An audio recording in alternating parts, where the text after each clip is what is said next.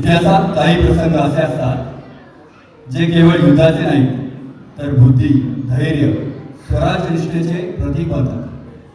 जेव्हा बलाढ्य सत्तेचा गर्व आणि कपटाने भरलेला डाव एका रयतेच्या राजाच्या विवेकाशी आणि धाडसाशी भिडतो तेव्हा इतिहास घडतो. हा प्रसंग आहे भेटीच्या आडून केलेल्या विश्वासघाताचा आणि त्या विश्वासघाताला दिलेल्या योग्य उत्तराचा. आदिलशाहीचा सरदार अफजल खान स्वराज्य संपवण्याच्या उद्देशाने आला होता, तर दुसरीकडे होते स्वराज्याचे संस्थापक, प्रजेसाठी जगणारे आणि अन्यायाविरुद्ध उभे टाकणारे शिवाजी महाराज. आज आपण पाहणार आहोत केवळ तलवारीची झुंज नव्हे तर बुद्धी विरुद्ध कपट, न्याय विरुद्ध अन्याय आणि स्वराज्य विरुद्ध सत्तेचा अहंकार. चला तर इतिहासाच्या त्या निर्णायक क्षणाकडे जाऊयात जिथे एक भेट, एक मिठी आणि एक निर्णय मराठ्यांच्या स्वराज्याचा पाया अधिक मजबूत करून गेला. आपल्या समोर सादर होत आहे अफजल खानाचा वध, एक शौर्यगाथा. हे नाटक ऐतिहासिक दस्त म्हणून पाहिले जाऊ शकत नाही. उपलब्ध ऐतिहासिक ग्रंथ तसेच साधने, लोकवाङ्मय, शाहीर, कथानक तसेच आख्यायिका यांचा मेळ साधून छत्रपती शिवरायांच्या आणि त्यांच्या सहकारी वीरांच्या पराक्रमातून प्रेरणा देण्याचा एक प्रयत्न आहे. यातील मांडणीद्वारे कोणतीही उपासन पद्धती, कोणताही समुदाय, कोणत्याही श्रद्धा, चालीरीती, प्रथा, परंपरा यांचा अवमान करण्याचा अथवा उपमर्द करण्याचा नाटककारांचा हेतू नाही. धन्यवाद.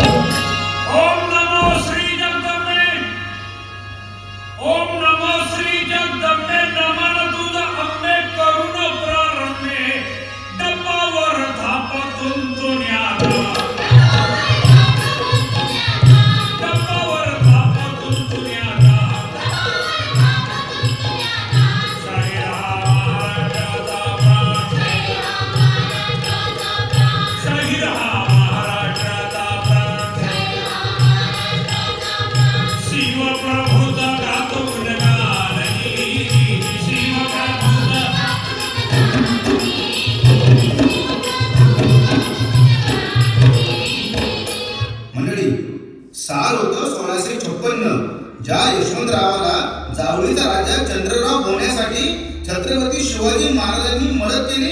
तो चंद्रराव आदिलशाहीच्या जीवावर स्वराज्याविरुद्ध कटकारस्थान करत होता. महाराजांनी त्याला शरण येण्यासाठी फरमान पाठवले असता त्याने ते धुडकावत राजांना उत्तर दिलं की येता जावळी जाता गोवळी. हे उत्तर येताच राजांना लक्षात आलं की जावळी साधल्याविना राज्य होत नाही. म्हणून शिवरायांनी जावळीवरती स्वारी करून चंद्ररावाला पराभूत केलं आणि आपली मोहीम पुढे चालू ठेवली. रायगड, राजापूर, तळकोकण घेत महाराज आदिलशाहीच्या नाकापर्यंत पोहोचले. महाराजांनी जर पन्हाळगड काबीज केला तर आदिलशाहीवर आक्रमण करणं महाराजांना सोपं जाईल. या विचाराने बडी बेगम संतापली आणि तिने दरबार बोलवला. आहिस्ते कदम, नजर बर कदम, होशियार, मलिकाए दक्कन, जनाबे आलिया, वालिदाए सुल्तान, बड़ी बेगम साहिबा तशरीफ ला रही है.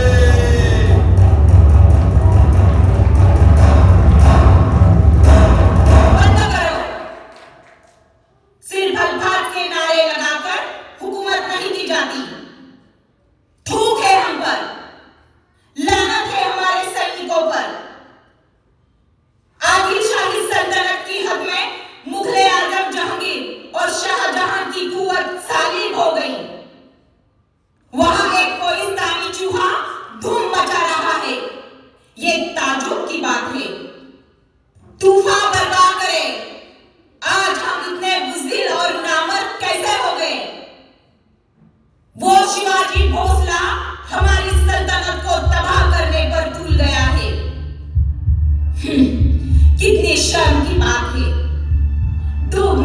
काम काम है। कहाँ गई हमारी सुजात? कहाँ है हमारी वफादारी? इसमें शक नहीं कि हमारे हर दरबारी रुस्तमे जमान है। अगर हर फर्द हिम्मत से तलवार चलाए तो सिवा क्या हम सारे हिंदुस्तान पे कब्जा कर सकते हैं। बताओ कौन सिवा की धज्जियां उड़ाएगा? कौन कौन ये बीड़ा उठाएगा? हजरते जिल्ले इलाही घोड़े से उतरे बगैर मैं अफजल खान मोहम्मद शाही शिवाजी को आपके सामने लाऊंगा, जिंदा या मुर्दा। मरहबा, सुभान अल्लाह। जीते रहो बहादुर, खुदा तुम्हारी कुव्वते बाजू सलामत रखे। बंदा सिर्फ हुक्म का मोहताज है। अब जश्न की तैयारी कीजिए बेगम साहिबा। शिवाजी का किस्सा आप घर में समझिए। शाबाश। वजीरे आजम खान को मुंह मांगा खजाना दिया जाए और तमाम मराठा सरदारों को फरमान भेजो, जो खान के साथ है जागीर उसी की, वरना गद्दारों का नामो निशान मिटा दिया जाएगा। हुजूर की नवाजिश का शुक्रिया। मेरा लश्कर उसे चारों तरफ से घेर कर कुचल देगा। बहुत जल्द उस बोझ का असर आपके कदमों में होगा। खुदा हाफिज। इकडे स्वराज्यात मात्र जराही कल्पना नव्हती की आपल्यावर काय सुलतान संकट चालून येते।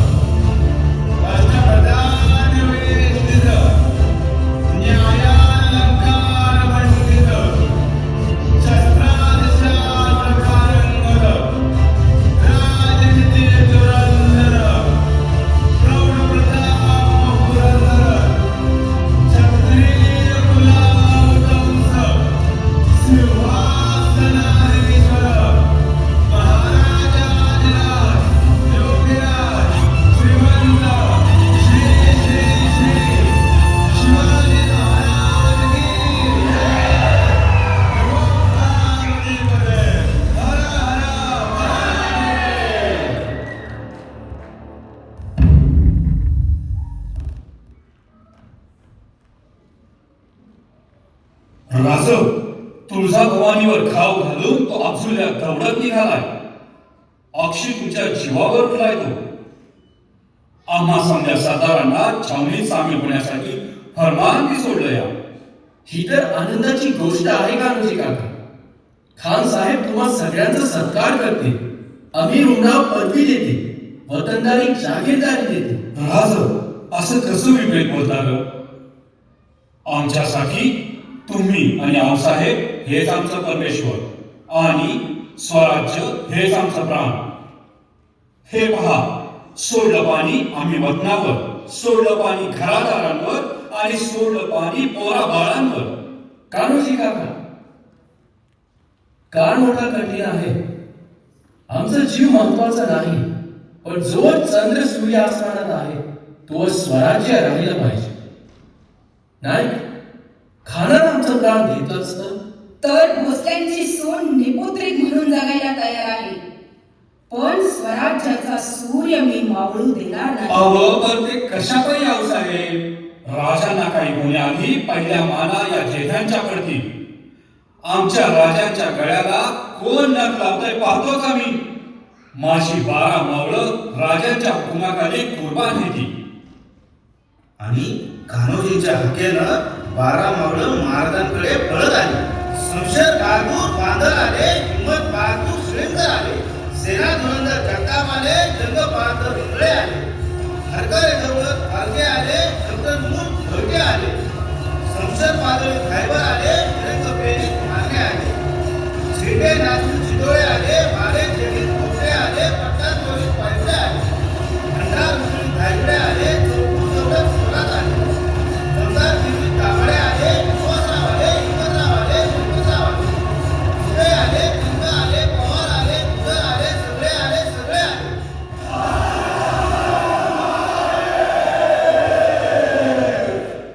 बघा बघा राज, तुळजाभवानी आपल्या 1000 हातांनी तुमच्या पाठीशी उभी आहे. आऊसाहेब, तुम्ही आता काय बी चिंता करू नका सा. नाही नाही, मला चिंता वाटते की हा खान परत जिवंत जाईल की काय याची.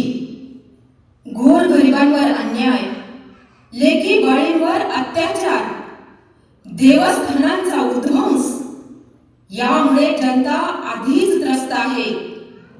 शिवबा, तुमच्या वडिलांचा या खानानं अपमान केला. तुमची थोरली भाऊजाई याच्याच दगाफटक्याने विधवा झाली हे विसरू नका राजे. या खानाच्या उरात शस्त्र खुपसताना या सह्याद्रीला तुमच्या तलवारीच्या रूपात साक्षात महिषासुरमर्दिनी दिसली पाहिजे.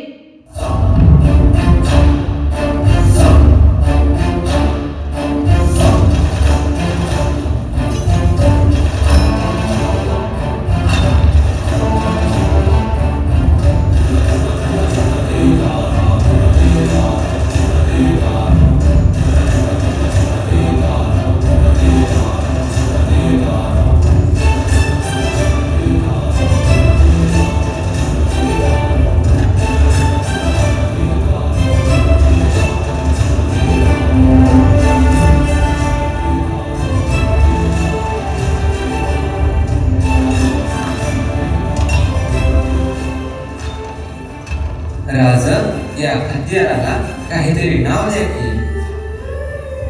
हे आम्हा मराठी वाघांचे शस्त्र आहे. याचे नाव वाघनख.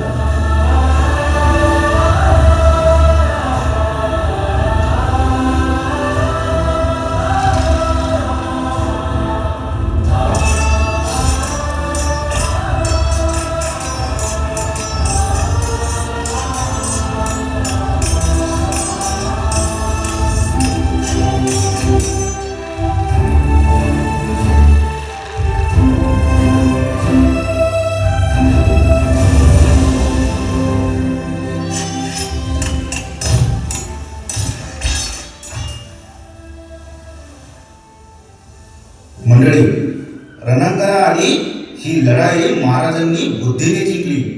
इकडे विश्वासराव सारख्या हेरांनी फकीर बनून खानाचा दगाफटका ओळखला, तर तिकडे पंताजी गोपीनाथ रावांनी गोड शब्दांनी खानाला वाईच्या मैदानातून जावळीच्या मृत्यू सापळे तोडलं. भेटीचे कडक नियम ठरले. सैन्य दूर ठेवून शामियान्यात प्रत्येकी एक दूत आणि बाहेर प्रत्येकी एक अंगरक्षक. खानाचा यंगूत सय्यद बंडा तर राजांचा ढाण्यावाळा जीवा मारा. वरकरणी मैत्री पण आतून मृत्यूचा खेळ. अंगात चिलखत, मुठीत वाघनख आणि जंगलात तोफेच्या इशाऱ्याची वाट पाहणारी नेताजी कान्होजी मोरोपंतांची वादळ. महाराजांनी गोळ्यासारखं जाळविलं आणि खान त्यात अलगद अडकला. अखेर खानाच्या भेटीचा दिवस उगवला. सारा प्रतापगड चिंताक्रांत झाला.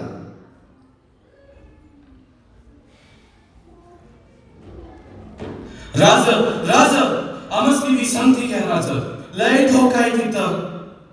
माझ्या जीवाच्या जिवलगांनो तुमची ही तळमळ आम्हाला कळतीये, पण लेकी सुनाच्या आबरूसाठी आणि या मातीच्या सूड घेण्यासाठीचा हा टास आहे. त्यामुळे नेमून दिलेले आपापले काम चोख करा. पण गड्यांनो एक निर्माणीचं सांगतो, आम्हाला जर काही दगाफटका झाला, मी मारला, नका मार तसं काही बोलू नका, असं काही बोलू नका. तरीही तुम्ही थांबू नका. बाळ शंभू राजांना घेऊन आऊसाहेबांच्या मार्गदर्शनाखाली झुंजत राहा. स्वराज्य सांभाळा, हा ध्वज सांभाळा. कारण स्वराज्य कोणी एका शिवाचं नाही, हे स्वराज्य व्हावे हीच तर श्रींची इच्छा आहे. जय भवानी.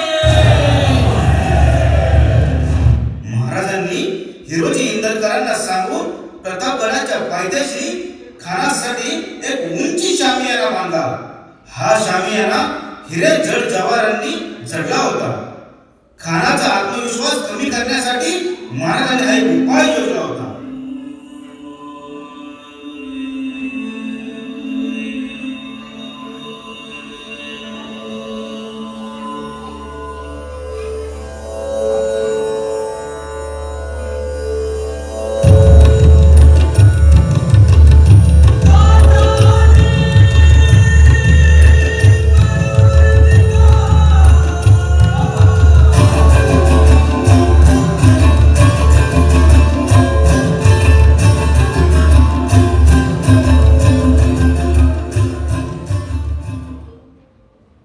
या खान साहेब, आमच्या महाराजांनी तुमच्या सेवेसाठी खास शामियाना बांधला आहे.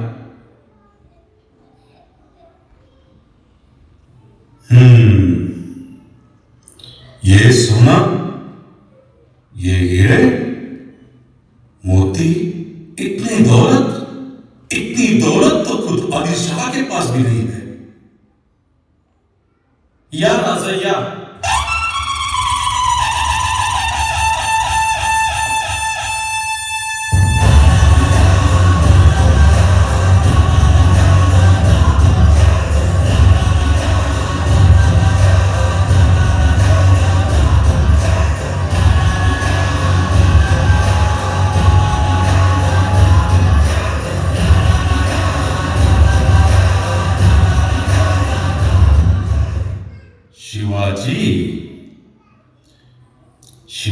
शिवाजी जिसे कहते हैं, क्या ये वही है? जी हाँ, यही है हमारे शेर शिवाजी राजे. अफजल खान ज्याला म्हणतात तो हाच काय? अरे शिवा, इतनी बड़ाई क्यों करता है? तुम हमारे दोस्त शाहजी राजा के फर्जंद हो. अपना गैरवा का बर्ताव छोड़ दो. हम तुम्हारी तमाम गलतियां माफ कर देंगे. खुदा कबूल कर लो. फिर तुम्हें हमसे डरने की कोई जरूरत नहीं. तुला का भ्यायचं असेल तर आई भवानीला, शंभू महादेवाला आणि श्री रघुनाथांना भ्यावं. तुझ्यासारख्या राक्षसाला का भ्यावं? देखो शिवा,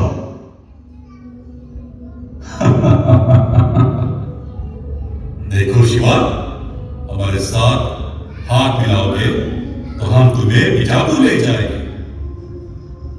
आपके बारे में बादशाह से बात करेंगे.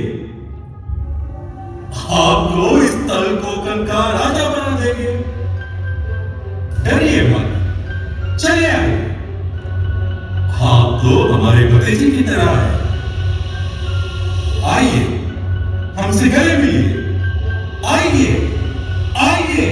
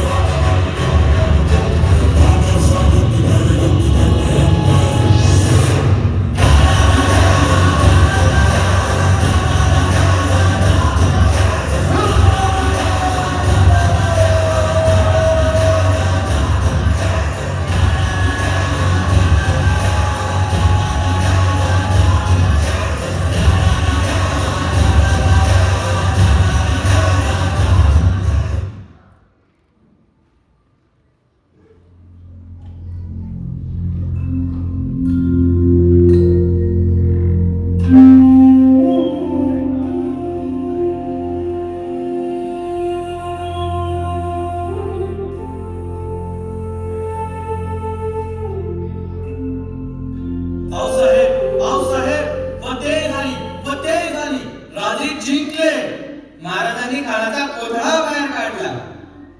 या लढाईत अगणित धनदौलत अश्वलक्ष्मी आपल्या हाती लागली आहे। आऊसाहेब, राजांनी या धरतीचं पान फेडलं, हात मारला गेला। आता खाण्याच्या मुलक्याचं काय करायचं तेवढं सांगायचे। अफजल खान जिवंत असेपर्यंत आपला शत्रू होता, पण आता तो काळाच्या पडद्याआड गेला आहे। स्वराज्याच्या मातीत शत्रूचाही अनादर होऊ नये हीच आपली रीत आहे। त्याचं थडगं बांधावं आणि त्यावर दिवाबत्तीची सोय करावी। राजे, तुम्हा सहस्र हातांचा नरसिंह बनावा लागेल, कारण या पुण्यभूमीवर अजूनही हजारो हिरण्यकशिपू धुडगूस घालतायत। आता मागे फिरू नका राजे, हे स्वराज्य व्हावे ही तर श्रींची इच्छा आहे।